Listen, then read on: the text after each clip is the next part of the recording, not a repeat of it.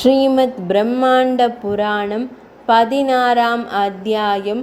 வசுவும் வசுதாராவும். ஒரு சமயம் தேவேந்திரனும் சகல தேவர்களும் இணைந்து இதுவரை செய்யப்படாத ஒரு மிகப்பெரிய அஸ்வமேத யாகத்தை செய்ய தொடங்கினர். அந்த யாகத்திற்கு உலகத்திலும் உள்ள பெரியவர்கள் அத்தனை பேரும் அழைக்கப்பட்டனர். எல்லா உலகங்களிலும் இருந்து வந்த முனிவர்களும் பிராமணர்களும் முறைப்படி வேதங்களை ஓதி யாகத்தை செய்தனர். இந்த யாகத்தில் ஆயிரக்கணக்கான மிருகங்கள் பலியிடப்பட்டன. அங்கு யாகம் செய்த முனிவர்கள் ஆயிரக்கணக்கான மிருகங்களை பலியிட்ட போது அவைப்படும் வேதனைகளை கண்டு மிகவும் மனம் இறங்கினர். அதனால் அவர்கள் மிருக பலியை நிறுத்துமாறு கூறினர்.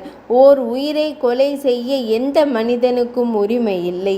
அதனால் மிருகங்களை பலியிட்டு யாகங்களை செய்யாது தர்மமான முறையிலேயே யாகத்தை செய்ய வேண்டும் என்று கூறினர். இது சம்பந்தமாக முனிவர்களுக்கும் தேவர்களுக்கும் இடையே பெரும் வாத பிரதிவாதம் நடைபெற்றது.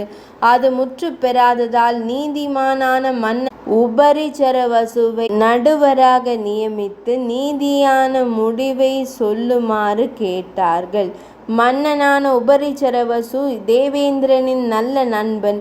அதனால் அவன் யாகத்தின் போது மிருகங்களை பலியிடுவது சரியானது, அதை வேதங்களும் வலியுறுத்துகின்றன என்றான்.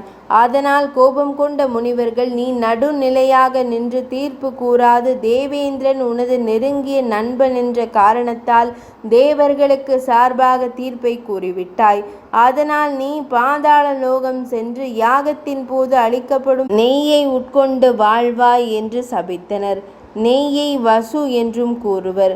தா என்றால் பாய்தல் என்று பொருள். அதனால் பூமிக்கு வசுதரா என்ற பெயர் உண்டானது. 16ஆம் அத்தியாயம் இனிதே நிறைவடைந்தது.